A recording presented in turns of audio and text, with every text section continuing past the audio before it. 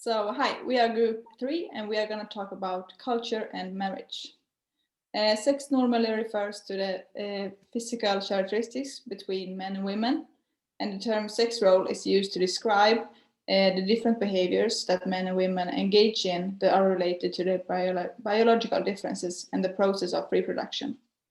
The sexual identity is used to describe men and women's degree of awareness and recognition of sex and sex roles. The male sexual identity typically includes the awareness of his potential to impregnate women and the knowledge of his necessary behaviors. And the woman's sexual identity includes the awareness of her reproductive potential and knowledge about her behaviors that might lead to pregnancy. And gender refers to the behaviors that include culture, the behaviors that the culture finds suitable for men and women. These behaviors are often related to sex and sex roles. The gender identity refers to the degree to which a person has awareness of or recognition that he or she adopts a particular gender role. And the stereotypic gender roles refer to certain psychological or behavioral characteristics and that are typically associated with men and women. And not everyone can be placed into the sex roles because there are considerable individual differences among people with regard to these roles. There are many similarities between men and women, both physically and psychologically, but there are also many differences. For example, the fact that men are generally physically stronger than women, but still it is women who carry a child, give birth, and breastfeed. And these examples explain some differences in the sex roles on what biggest differences between men and women worldwide concerns the division of labor in the house. And now Stina will take over and talk a bit about the importance of a person's perception and impression formation. Yes, so person perception and impression formation play a role in how we perceive people based on several different factors.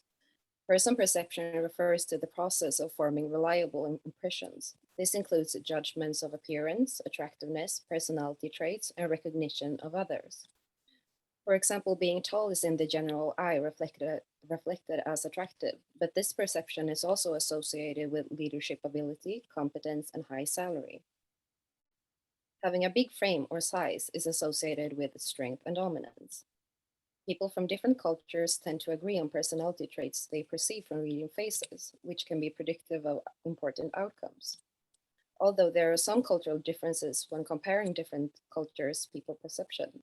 For example, some research has shown that culture affects the perception of judgment or trustworthiness between Americans and the Japanese.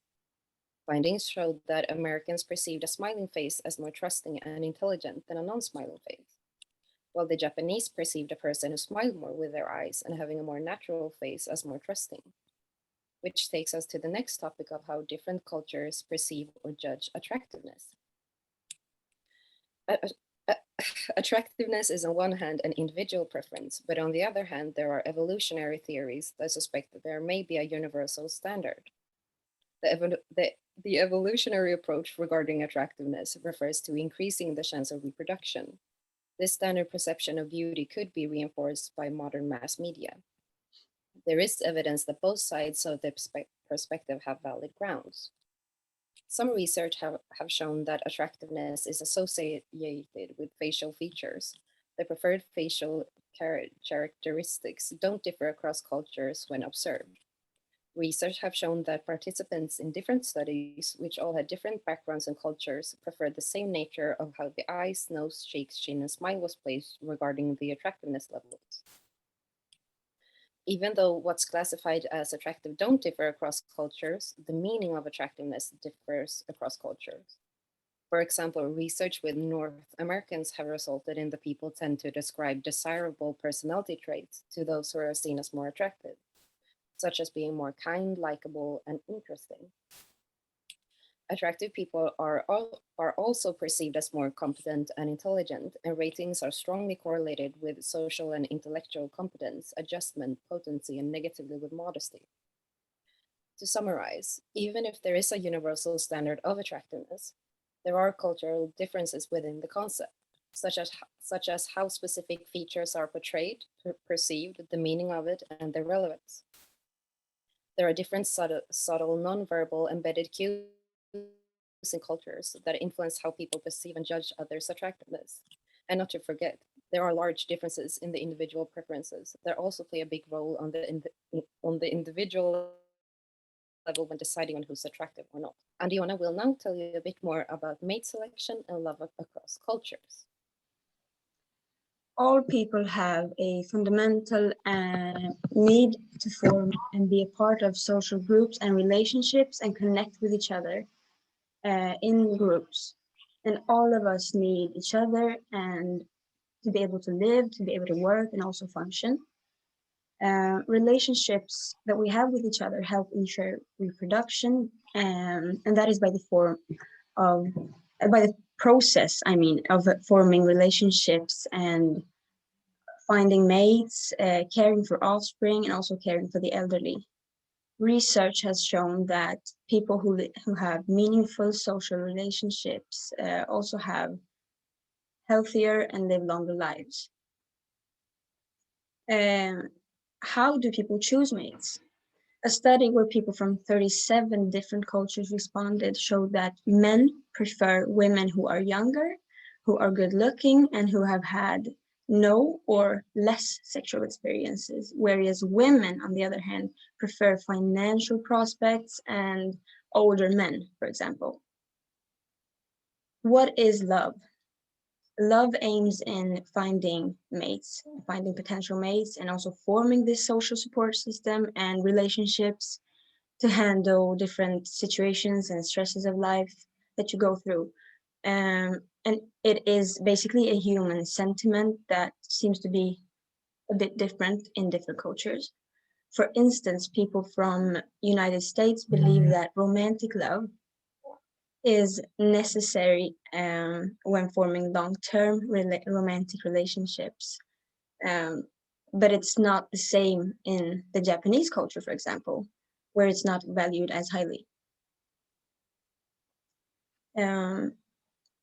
And when we talk about love and relationships, some also think of marriage, and that is a form of long-term commitment, also called institutional relationship, that people can make to each other and that people often make. Around 90% of people get married. Even if there are a lot of people, 90% across many cultures who get married and feel this need to want to connect with each other and commit to each other, there are differences in the way people form these relationships and in the way they value love and marriage. A study showed that individualistic cultures were more likely to rate love as essential and necessary when building and maintaining a marriage. And these people also agree that the lack of love in a relationship can be a reason or cause to end the marriage. And divorce rates were greatly correlated and highly correlated with the belief that the cause for ending the relationship was the lack of love. And this Hanna will talk about more later, but first, Darlene will talk a little bit about sex and sexuality. Yeah, the differences in the degree of value and importance that is placed on women's chastity are major depending on the culture. The cultures that are more conservative and traditional tend to view chastity as a virtue among women that are not married, while there are other cultures that are more explicit and open about sex and even encourage people to have multiple sexual partners before they enter marriage. There are also cultural differences in the attitude related to sexual orientation.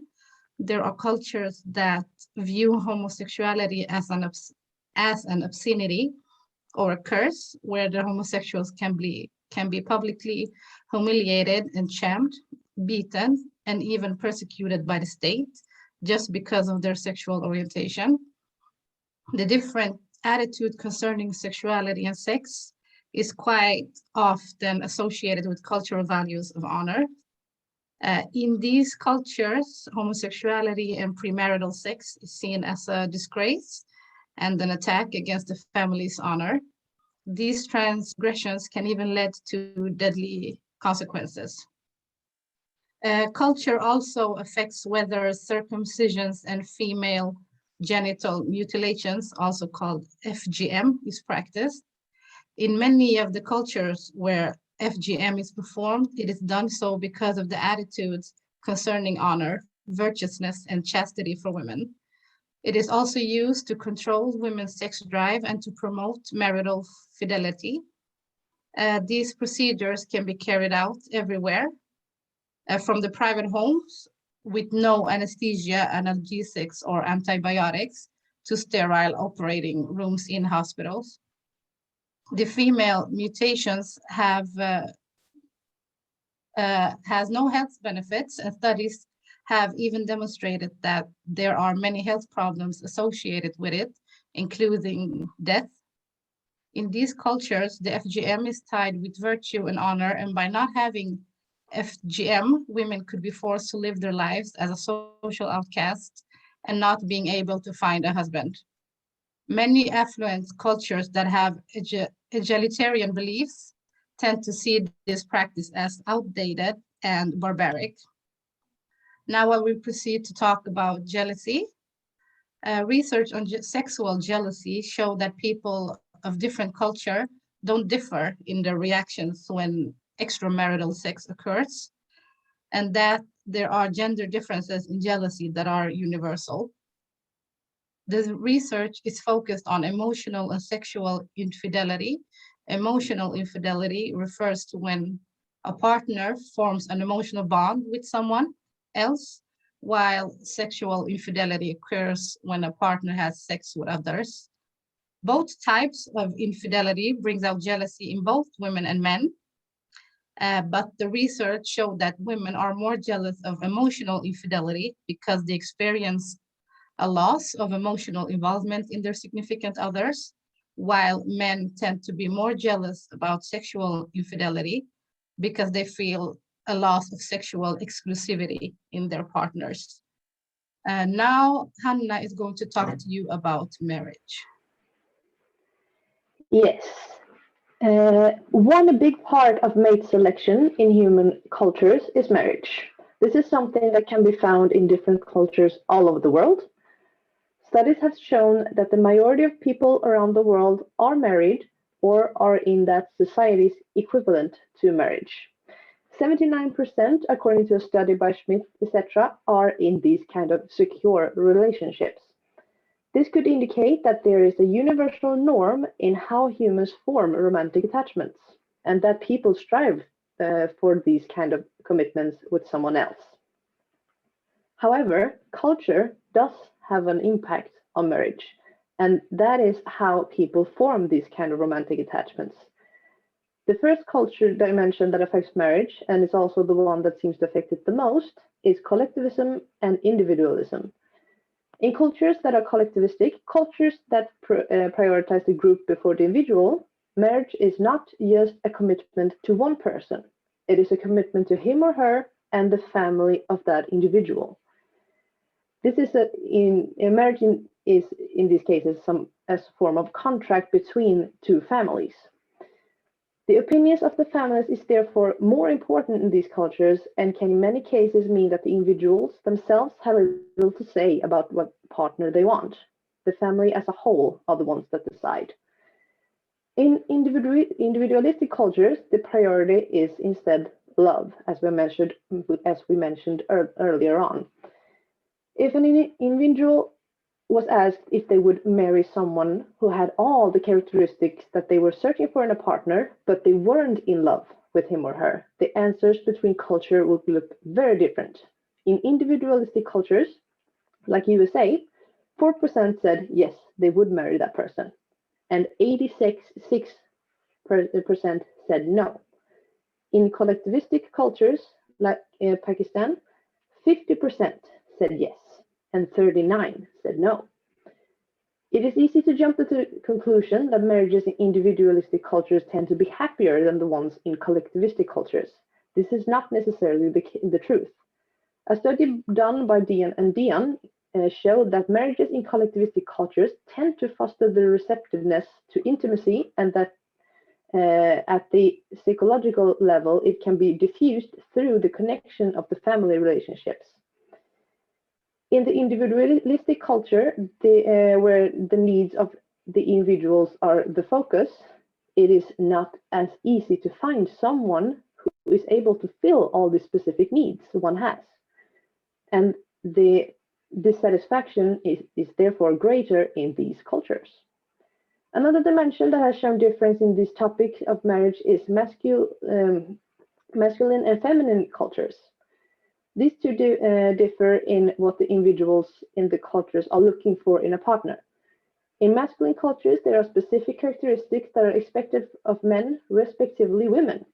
In feminine cultures, the same expectations are put on the bride and grooms. Another difference was the view women had on boyfriends and husbands.